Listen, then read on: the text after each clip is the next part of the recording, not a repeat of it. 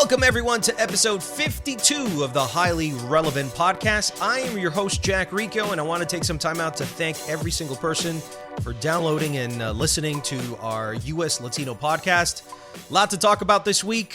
Puerto Rico is still in crisis. It's a humanitarian crisis, and it seems like the government just does not want to help at all. Like, they're looking for excuses not to help, and everything has really fallen on Latinos and our fellow brother Americans who are helping out, raising funds. Celebrities are doing a great job. Stephen Colbert is using his platform on The Late Show to raise money. Everybody's raising money. So this really falls on us, the responsibility and the accountability to help out Puerto Rico. So we're doing everything we can. If you can, donate, help out as much as you can. Also, in other news, Beyonce released a new music video called Freedom, but what she's really getting a lot of attention on is the fact that she's number 3 on the Hot 100 billboards thanks to J Balvin's Mi Gente. She did a remix with him on the song, again, to also help out Puerto Rico. And Mi Gente is just, it went from number 19 to now number 3 on the Hot 100. So if you look at the top 3 songs in America, in the United States right now, it's a Dominican at number 1 with Cardi B and Bodak Yellow. It's Post Malone with Rockstar. And then number 3 is Mi Gente with the remix of Beyonce at number 3. It's fantastic. I mean, but you can look at this in pros and cons, right? The pro is, all right, we're number 3, J Balvin, Spanish music. But also the con about this is we needed Beyonce's help and a mainstream figure to shoot us up to number 3. Because on its own, Mi Gente only peaked at number 19. Let's remember that. But here's what I'm saying overall about the song and Spanish language music within the pop culture sort of at large. It's that music at the end of the day is a unifying tool, right? We've always known this. It's a unifying force. So what's so wrong about having 2 cultures, 2 languages come together, unifying themselves to create great music that everybody loves? So I don't have a problem with Justin Bieber jumping on Despacito or Beyonce and shooting it up to number 1. Yeah, Spanish music just isn't there yet on its own to stand on its own and become number 1 or top 5 on the Hot 100. We'll see that at one point. It's coming. But in the meantime, I don't have a problem with English language artists collaborating with Spanish language artists and creating amazing music. I don't have a problem with that. And I think that that's the whole concept of music to begin with. Speaking of music, Taylor Swift just announced that she's doing an entertainment and social app for fans. Not many people know what the heck this app is for, but what a lot of people are saying is that it's just basically a platform for Taylor Swift fans. You get all your news, music videos, songs, maybe some tickets to her concerts here and there. A lot of celebrities are doing this with Demi Lovato and Kim Kardashian, so let's see how that works. Several episodes ago here on the podcast, I had bitched and complained about MTV new TRL show and that it needed to have Spanish language artists be on the show, singing in Spanish, and promoting them. And guess what? They actually did. So TRL in the first week, I think it was on a Friday, Romeo Santos sang bachata in Spanish. Fat Joe was there, Joan Smalls were there, so I think MTV heard the podcast, and I tip my hat off to everybody there that did those great changes to make sure that Spanish language music was at the forefront of the TRL reboot. Also, talking about music, Eminem took some shots at Trump at the BET Awards. I'm not sure if you guys had a chance to see the award show. It went viral. A lot of people were happy that a rap legend came back, but I got to be honest with you, I thought it was kind of whack. I mean, after you see Eminem back in his youth, and the reason Dr. Dre just, basically became enamored with his skill in rapping, and after seeing 8 Mile, and after seeing listening to all these great records, I thought that was okay. I didn't think it was terrible, but I thought it was okay. Nothing to write home about. I mean, this dude can do better work. And I thought that he could have done better here with the Trump thing. to the point that it should have become iconic. What he did at the BET Awards, slamming on Trump, that could have been iconic, and it wasn't. So those are my 2 cents on that. Did you guys hear about Sylvester Stallone? On Instagram just this week, he announced that he's going to be directing and producing Creed 2. I think that's cool. I thought Coogler was doing it. I guess not. Here's what I like about it. Stallone has a great story for part 2. Check this out. So you know that Michael B. Jordan is the son of Apollo. So who could be his best opponent in part 2? The son of Ivan Drago. I mean, the full circle on this is insane. And to see the son of Apollo and the son of Drago with Stallone in the corner, man, they should get Dolph Lundgren. Oh, no. Did Dolph Lundgren die in part 3? No, I don't think he did. I think he just lost. But it'd be great to get Drago back and have Stallone and Drago, and then the 2 sons go at it in the ring for Creed 2. Forget it. That's nostalgia. That's on the Star Wars level, you know?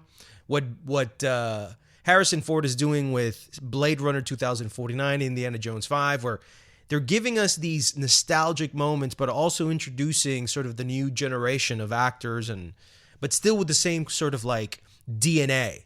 And that's what I love about this. I'm not sure if you've been keeping up with sports. The Yankees beat the best team in baseball with the Cleveland Indians. Now they're going to be playing the Astros next. Judge sucked, unfortunately. The young guys like Gary Sanchez couldn't do much. It was the vets who took us to the next round.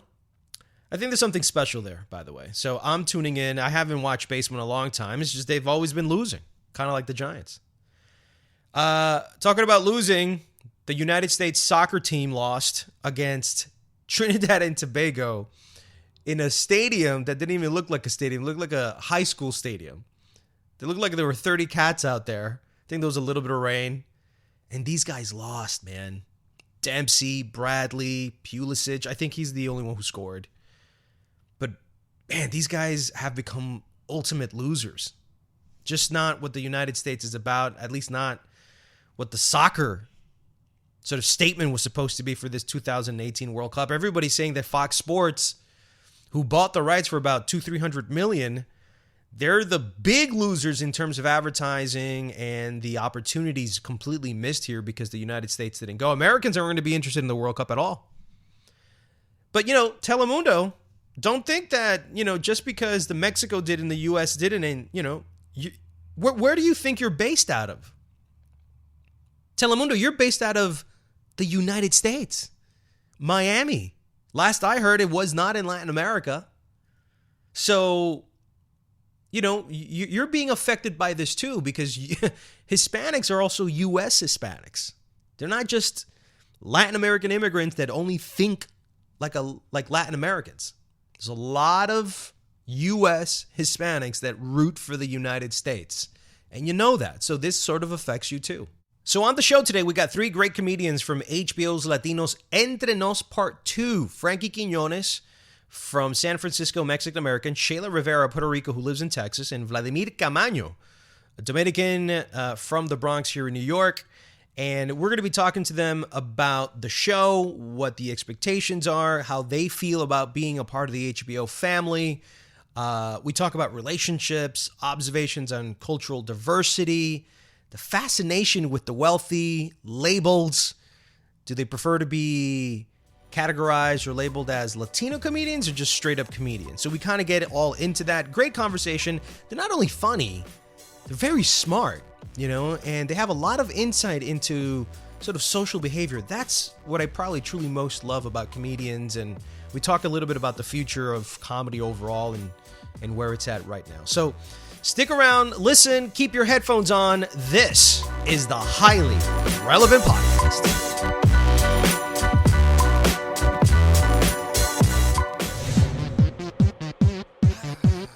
Our first comic is one of Variety Magazine's top 10 comics to watch. From the Bronx, New York, Vladimir Caamaño! You ever notice deer don't go to bad neighborhoods? You ever notice that? All right, our next comic comes from Puerto Rico, by way of Texas, by way of California, by way of NASA. Shayla Rivera! Going out, gotta shave, just in case.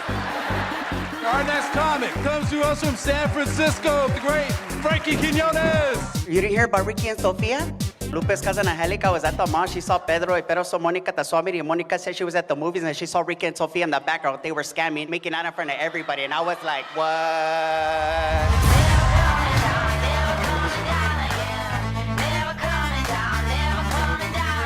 Welcome back, everybody. It's Jack Rico, and on the line right now, I have three great comedians that are going to be forming part of HBO Latino's Entre Nos Part 2. Vladimir Caamaño, Frankie Quiñones, and Shayla Rivera. Hi, guys. Hey. So good to talk to you guys. You know, I'm always very happy to talk to comedians, especially in times like this. I feel like things are so dark right now in life, and they're so gloomy, and it's always good to talk to comedians because A, they make you laugh, they entertain you. It's always a bright, sunny, unless you're Andy Kaufman and Lenny Bruce. Jack, I think it's been dark for people of color for a long time. Oh wow! Okay, I don't think it's just right now. Well, listen. Let's begin. I don't think people always say that conversation. I want to go back to the good old days. It's like it's always been dark. It's just now that it's kind of we got a guy that's a little more blatant about it in terms of his speech. You have Entre Nos Part 2 that's coming out Friday, October 13th on HBO Latino. And I kind of wanted to get your thoughts immediately about what was that feeling like? Have you been on HBO before? How did that feel for all three of you? The first thing was, well, how much are they paying? That's always the first question. Listen, man, I'm all about that offer. Like, I love people calling me up like, yo, man, you know what's going on? I got this thing for you. What's the offer? That's my question all the time, dude. I come from New York, and everything's a hustle. They try to sell you on perks. I'm a New Yorker, I know. Food, man. You know what I mean? We got free food, we got flight, we got hotel. How much they paying? Listen, man, you got dinner. You got dinner, man. You got to take care of you. But listen, man. You like shoelaces? Right. So that was my first thought. I was like, what's the offer? I don't know. I'm sure Frankie and Shayla had different. Frankie, do you care to chip in? I was excited about it, man. I was just pumped to see that HBO Latino was gonna do a stand up series to begin with. So I was like, oh, this is gonna be great for Latino comedians in general, and then for them to give me the opportunity, I was pumped, man. Get the voice out there. Shayla, have you been on HBO before? No, I have not. But, when they called me, I was super excited, of course. It's like, finally, I get to be an up-and-coming Latino comedian. I've only been doing it 24 years. So, hey, I'm about to be an overnight sensation. Let's do this. And then I asked how much they're going to pay me. I need to know that, too. Getting back to what Vladimir was saying about the dark ages of comedy, why has comedy been so dark for so long, do you think? Well, just take a step back, Jack. I wasn't saying that the dark ages of comedy.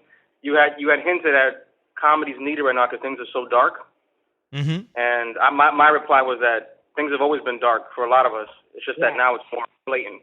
And you specifically said people of color. Why do you think that has been for so long? Well, I really think comedy comes from pain, a lot of pain. And I think people of color, we have, we're not about convenience, we're about survival. And I think that's the greatest source of comedy. So I don't see it so much as dark, and I'm sure that this is what what Vlad is talking about. It's comedians kind of change the perspective. We kind of talk about what everybody already knows. We just go ahead and give it a voice sometimes, and people go, "Oh my God, I can't believe you said that." I just told my mom that this morning.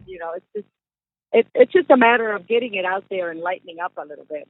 Yeah, there's obviously differences. Entre Nos Part 1, which was Spanish language comedy, and there's Entre Nos Part 2, which is the English version of Latino comedians. Do you guys feel that there's differences in the nuances of how you tell a joke in Spanish to how you tell a joke in English, even though there might be both Latinos? Like, have you ever been put in a position that you have to translate your repertoire for a particular audience, and have you found any difficulties in translating those nuances?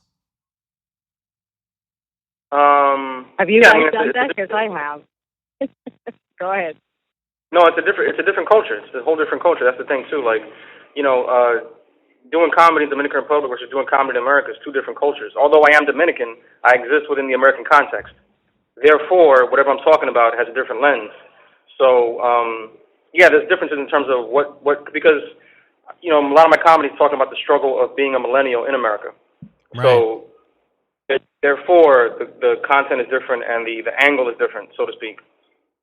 Yeah, to just touch on what Vlad just said, it's the same kind of thing, man. It's just kind of like with some Spanish words you can't translate directly to English. I feel like that's how it is kind of culturally. When you hear like a Mexican comedian, some of them are great. They're like just their the way their jokes are kind of different, or the style, just because or there's different cultures. Mm-hmm. Like for me, growing up in America, I'm obviously going to talk about different things than somebody that grew up in Mexico. You know what I mean, or any other country. But for the most part, funny is funny. You know what I mean? Just try to find your voice. Shayla, you said that you had already done that. I think you find out how funny you are when you try to do your stand-up in Spanish. I tried to. Yeah, exactly. Sometimes it doesn't make sense with it. How difficult was it for you, Shayla? I was trying to do it. It was like, it's a lot of chistes, which is different from stand-up. You don't really... Stand-up in Spanish has really taken off in the last decade, I think, beautifully. But before that, it was mainly like you telling jokes in Spanish. And I didn't really have jokes. And then I try to do a show for some people in Tijuana, in Espanol. And I have never suffered so much in my life. Was it that the audience wasn't laughing, or the audience they did not know what I was doing. I was doing my jokes. I was telling them stories about me, which is what stand-up is about, or my perspective, or like Vlad and Frankie was like, that doesn't mean I can do stand-up in Spanish. Right. Right. So hats off. Let me ask all three of you, what is the secret to telling a great joke?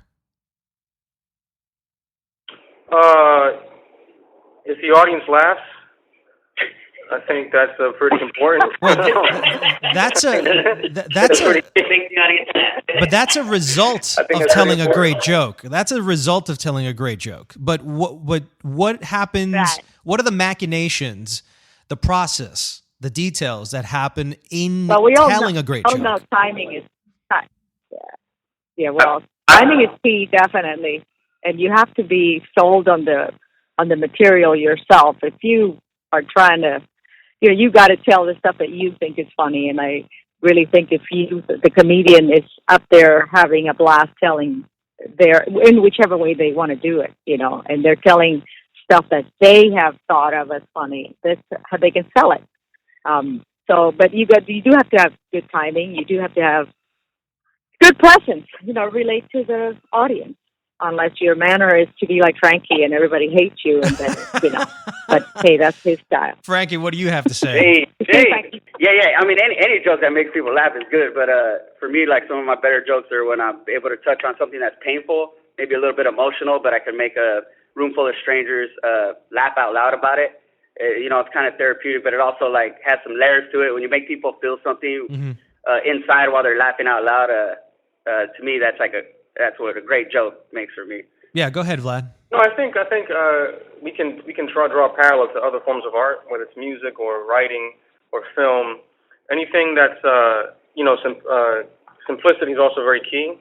The simpler the content is easier to understand, the better. That's not saying that a joke is not sophisticated or that a piece of work is not sophisticated, but that the artist took the time to take out all the unessentials and just leave in what's required. And it's the shortest distance between content and the audience understanding it that makes a great joke.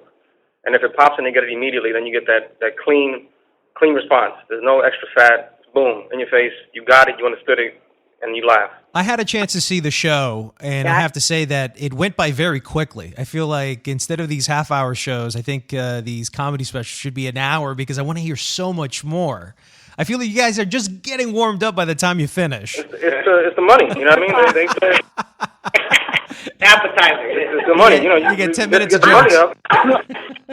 Look, Jack, what needs to happen is each one of us needs to have a 1-hour special on HBO Latino now. Well, there you go. Okay, you're planting the seeds now. Seeds. One of the things that I noticed from the three of you is all three of you have a different take on your comedic repertoire.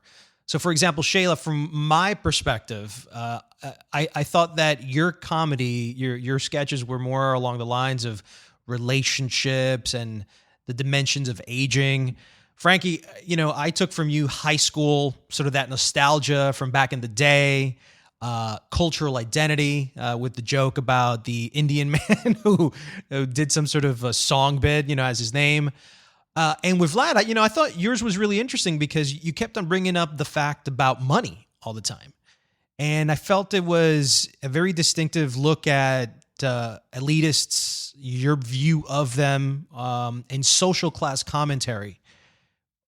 Why did you feel, Vlad, that why was this so, I guess, prevalent in your comedy, at least in this show? Is that something you've been sort of having a point of view about ever since you were young, or? No, I think as I've gotten older, I've become more aware of the fact that there are different elements of segregation in terms of neighborhood, the way neighborhoods are put together. Certain pockets of, Chicago, New York, Los Angeles, and our behaviors and our cultures are not coincidence. The way we interact with certain products and brands is not coincidence. My mother loved Tropicana orange juice. That was a big deal to her. Because you live in a poor neighborhood, that's the best orange juice you can get. Yeah. But yes, Sunny D was the worst. What I'm trying to get at is that these behaviors that rich people have versus people in urban poor pockets, they're not coincidence. They're deliberate residue of policies and government action. Obviously, you can't do that because then you start becoming like a preacher. You're preaching. You can't say it outright, but if you do it in a way it's funny and you can mock it, it highlights it a little bit. Right. Now, Frankie, what about you? Yeah, man. I don't know. My mom and pops were always I saw them. They came from a situation where they had, they grew up in the same neighborhood. I saw them struggle a lot, but they were so open-minded, and our neighborhood was diverse. We had a little bit of everything. So, your sister married a white guy, and you brought that up as this guy is going to be the one that's sort of going to be the ambassador to the cops, and I thought that was very funny. But at the end, behind that, I always, you always kind of take a look at the incision that comedians do on social commentary of those things. I always feel that those things are done deliberately in order to be able to voice them, no? Right. Yeah. I mean, my sister never dated a white guy. First white guy she dated, she married him, and which I thought was cool. He's a hardworking dude. That's how you do it. Yeah. But that thing actually came from a real situation that happened. Like, the cops came to a family barbecue, and my brother-in-law went out there, and the cop was relieved. He was Mexican, actually. The cop was, but just that he saw a white guy, you could see the relief in his eyes. He's like, "Oh, okay, cool, they got it under control," which I think is interesting because we were all good people there. We just got a little loud, But it's funny that those things are so cliche, but they're still like real, And then when you witness it, you're like, "Oh man, it's true." But those things are just funny to me, man, but it's also like kind of eye-opening. Right. And for you, Shayla, relationships, you talk about age, are these the things that you feel are very current in your own life? Well, anybody who knows my comedy is very observational. I mean, I grew up in Puerto Rico, and then I moved to Texas, where I had to learn the language. So I to me, my comedy's always been cultural differences, gender differences, the differences between. That's what tickles me. Mm-hmm. But this particular show, I decided to do what is current right now for me, and it's just, women are kind of being emboldened and stuff like that. Relationship, I don't really do a whole lot. Probably what you saw is all I do, relationship. But it's basically what I thought. I was going to have fun with that night, and I certainly did. I interviewed Andy Garcia several years ago, and I mentioned him as a Hispanic actor, and he actually got ruffled over that. And he goes, no. Don't call me a Hispanic actor. I'm just an actor. Right.